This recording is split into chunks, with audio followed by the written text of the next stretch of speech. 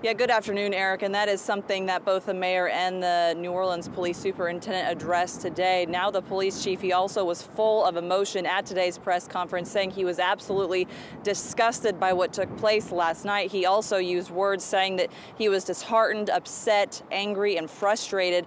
An innocent person was killed. Now this all took place around 10 o'clock last night. A couple heard their car alarm going off and went outside to check it out. And that's when police say the couple saw somebody in their car. Now the couple tried keeping that person there when a getaway car actually rolled up. Someone inside that car told the burglar to shoot, which he did. Police also say that the husband shot back.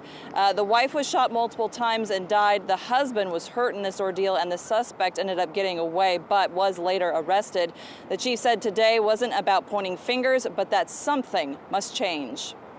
I think this day is a day that we all should be reflecting, including myself, on what it is that we're doing in this criminal justice system, what it is our community is doing, what it is that our parents are doing.